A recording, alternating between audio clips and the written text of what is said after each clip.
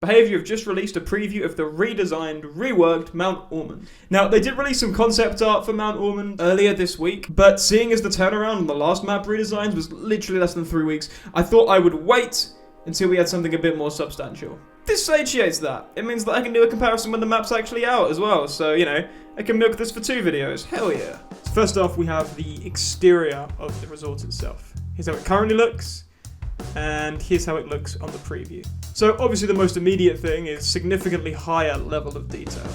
I really like how the snow seems to form a mist around the top of the resort. It really gives the whole building a sort of mysterious look. Something new are these glass panels you see here. That's quite cool. And the visitors information board actually faces visitors now rather than people coming out of the resort. So that makes a lot of sense. There's also a new asset here. If we look to the right side, we can see these fences, which I don't think we've seen on any other map so far, so that's quite interesting. This new model really gives a strong sense of foreboding compared to the original.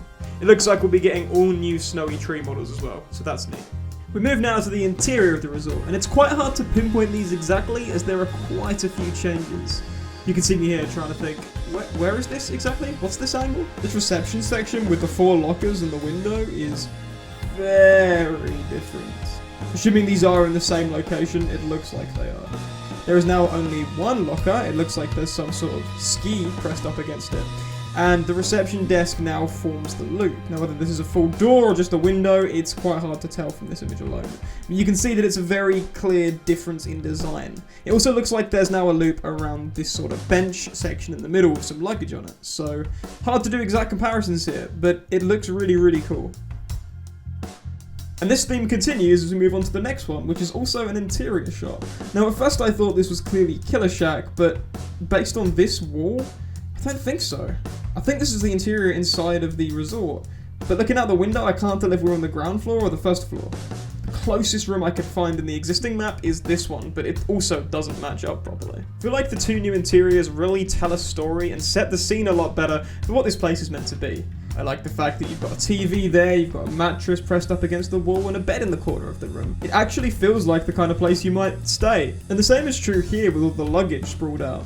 I don't know the lore of Mt Ormond, but it really looks like everything went to crap pretty quickly here. And to close, we have a room that does actually track. The center room inside of the resort. Not much to say from a gameplay perspective on this one, but the glow off the fire sure does look cozy. A nice break from the cold. Now, from my experience playing on Switch, Mt Ormond has always been one of the worst optimized maps. I don't know why this is the case, seeing as the map came out in 2018, but it's pretty much always been the case. For some reason, even the newer maps are more optimized, even with the better graphics on Switch than Mt Ormond Resort. No idea why that is, but it's pretty clear why they chose this one to be the next one to get a complete rework. So, great stuff, Behaviour. Look forward to more. I imagine this update is going to be coming out at the same time as the new killer. No thoughts on that teaser yet, by the way. I think there isn't really any information there we can extract. My bets might be on the Left 4 Dead 2 Witch, seeing as it fits her whole persona pretty well, and we've already had a Left 4 Dead 2 crossover, so we know that Valve and Behaviour are in contact with each other. Or it might just not be licensed. Let's wait and see.